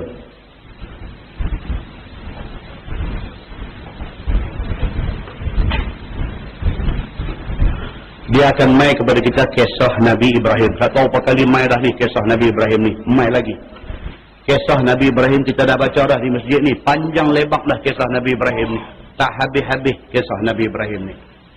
Cuma yang menarik dalam surah Al-Hijr ayat yang akan datang. Yang menarik dia apa dia? Dia nak cerita pasal Nabi Ibrahim ni sambil singgah aja. Hari itu kita dah baca dalam surah Ibrahim di sini hari itu. Surah Ibrahim detail cerita pasal Nabi Ibrahim.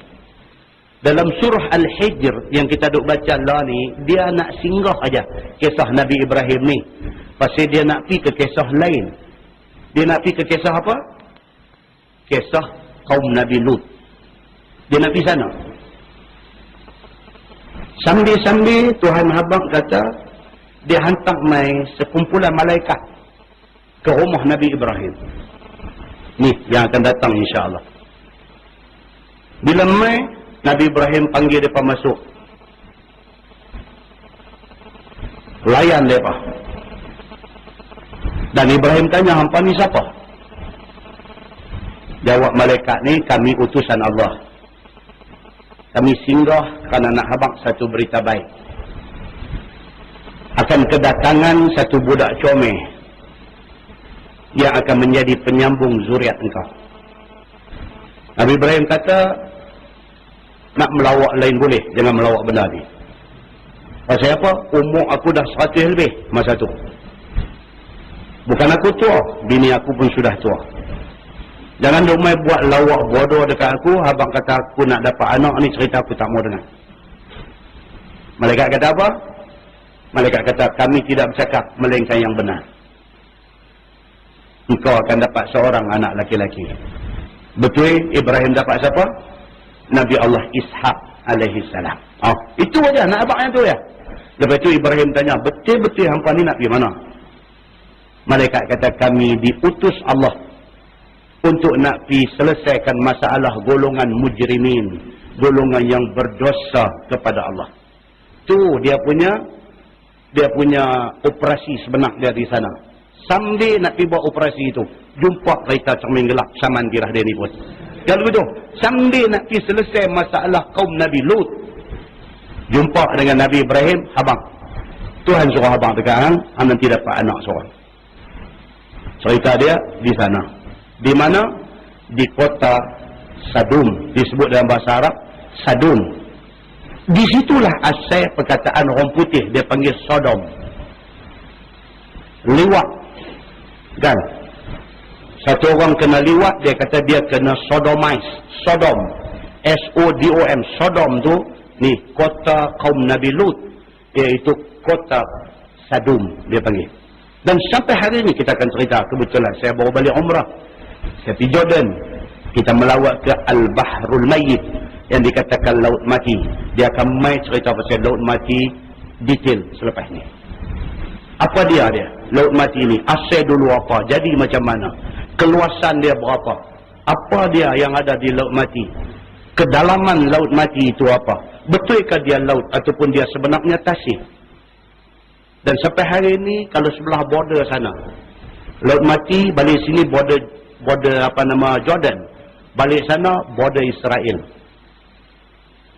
Balik border Israel sana masih ada lagi sampai hari ini. Dia panggil Mount Sodom, bukit ataupun gunung Sodom. Dia kekalkan lagi nama ni, nama Sadum ini. Sodomi, liwat dalam bahasa orang putih ini dia Sadum. Ini cerita dia. Dan apa sebab dipanggil Laut Mati itu? Arab panggil Al-Bahrul Mayyit. Dan kitab kita duk baca ni Bahrul Madhi. Bahru makna dia lautan. Madhi maksud dia honey, madu. Bahrul Madhi maksudnya lautan madu. Ilmu yang ada di dalam kitab Sunan At-Tirmizi ini diumpamakan sebagai lautan madu. Yang ni Al-Bahrul Mayyit, Laut Mati. Pasal apa dipanggil Laut Mati? Pasal apa? Dia ada cerita dia. Dan cerita ni akan main di dalam episod yang akan datang. Episod yang akan datang.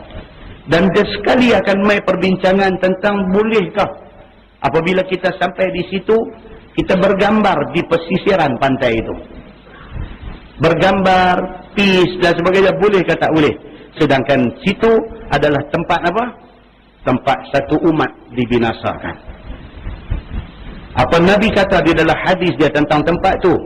Ada ketidakpengecualian kepada orang yang sempat sampai di tempat itu untuk nak ambil gambar dan sebagainya. Sekali dia akan garap di dalam tajuk kisah Nabi Ibrahim alaihissalam ini. Tuan-tuan, cerita ni cukup menarik. Cukup menarik. Dan bagaimana kedudukan Laut Mati itu?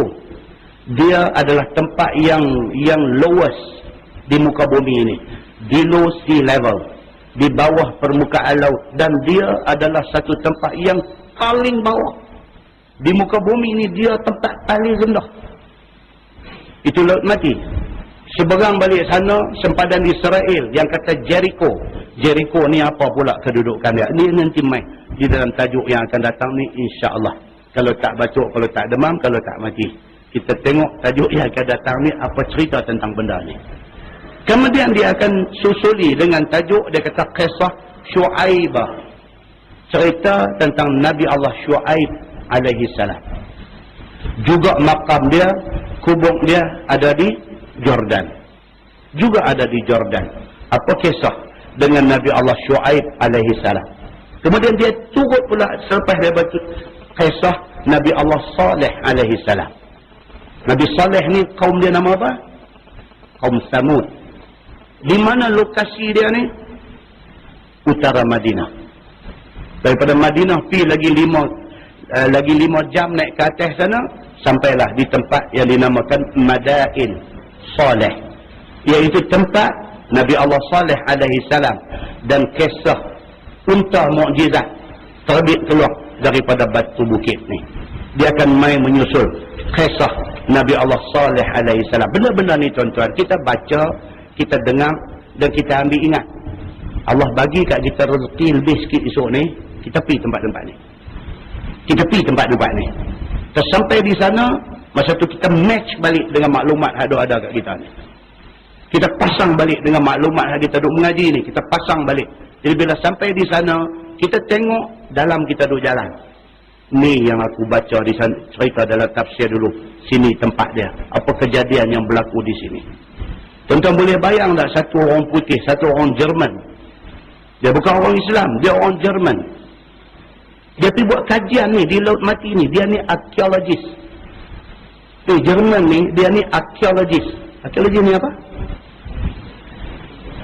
Orang yang ahli dalam bidang arkeologi, bidang kaji apa? Kaji purba. Jerman ni nama Werner Keller nama dia. Dia boleh buang masa pergi ke Laut Mati, dia buat kajian, dia tally balik dengan cerita dalam Quran, dengan cerita dalam Bible dan cerita yang ada di dalam Old Testament dan sebagainya, dalam kitab Taurat. Daripada 3 kitab suci ini, dia baca cerita tentang kaum Nabi Lut, tentang kota Sodom ini, Dan kisah apa yang berlaku di sana, dia baca 3 kitab ni dan dia pergi di sana dengan kepakaran dia dalam bidang arkeologi, kaji purba ni, dia pergi buat kajian di situ. Tuan, kita pergi ambil gambar je. Dia pergi buat kajian, dia duduk di sana, dia study benda ni. Dia cuba gambarkan balik benda ni. Dulu macam mana? Sebelum mai Jibril alaihi salam atas perintah Allah Subhanahu wa ta'ala kata dekat Nabi Lut, sebelum subuh hang keluar daripada kampung ni. Jibril kata, hang keluar daripada kampung ni sebelum subuh. Dan lepas hang langkah pi dengan orang yang beriman kepada Allah serta dengan hang, jangan beralih ke belakang. Jibril kata. Sebelum subuh, dalam hadis dia kata akhir malam. Betul lah itulah. Pi tak berapa jauh dengar bunyi di belakang ni. Allah Subhanahu wa ta'ala suruh Jibril kanih bumi itu upside down. Atas turun ke bawah, bawah naik ke atas. Melibatkan berapa kampung, melibatkan berapa ribu nyawa yang mati di situ. Dan gegaran bunyi itu, dia nanti mai dalam cerita yang akan datang ni. Macam mana dahsyatnya bunyi dia. Dan digambarkan oleh Syekh Jerman, Werner Keller ni, macam mana benda tu. Oh tuan-tuan, dahsyat. Bila kita baca benda-benda ni, ayat-ayat Quran dan sebagainya, hadis yang berkaitan dengan benda ni, kita baca tuan-tuan. Kalau dia tak mai perasaan besarnya Allah Subhanahu wa ta'ala, ada benda tak kena dalam diri kita. Kalau selepas kita baca ni, kita tak rasa benda tu, kebesaran Allah, kuasa Allah Subhanahu wa ta'ala, tak rasa kat kita, something wrong somewhere dalam diri kita. Muslimin dan muslimat yang dirahmati Allah sekalian, mudah-mudahan Allah bagi peluang dekat kita untuk ikuti kisah yang seterusnya. Kita tangguh dengan tasbih kafarah dan suratul Asr. Subhanallah. Asyhadu an la ilaha illa anta astaghfiruka. Bismillahirrahmanirrahim. Wal 'asr. Illa allazina amanu wa tawasaw bil haqq. اللهم صل على محمد في الأولين والآخرين وسلم رضي الله تبارك وتعالى عن ساداتنا أصحاب سيدنا رسول الله أجمعين. بسم الله الرحمن الرحيم. الحمد لله رب العالمين حمدا يوافي نعمه ويكافئ مزيده. يا ربنا لك الحمد كما ينبغي لجلال وجهك الكريم وعظيم سلطانك. رضينا بالله ربا وبالإسلام دينا وبمحمد نبيا ورسولا. اللهم افتح علينا فتوح العارفين وارزقنا فهم النبيين بجاه خاتم المرسلين. اللهم فقهنا في الدين وعلمنا التأويل واهدنا صراطك المستقيم. اللهم أرنا الحق حقا وارزقنا اتباعه وأرنا الباطل باطلا وارزقنا اجتنابه. اللهم اجعل جمعنا جمعا مرحوما وتفرقنا من بعده تفرقا معصوما. وصلى الله على محمد وعلى آله وصحبه وسلم والحمد لله رب العالمين. السلام عليكم.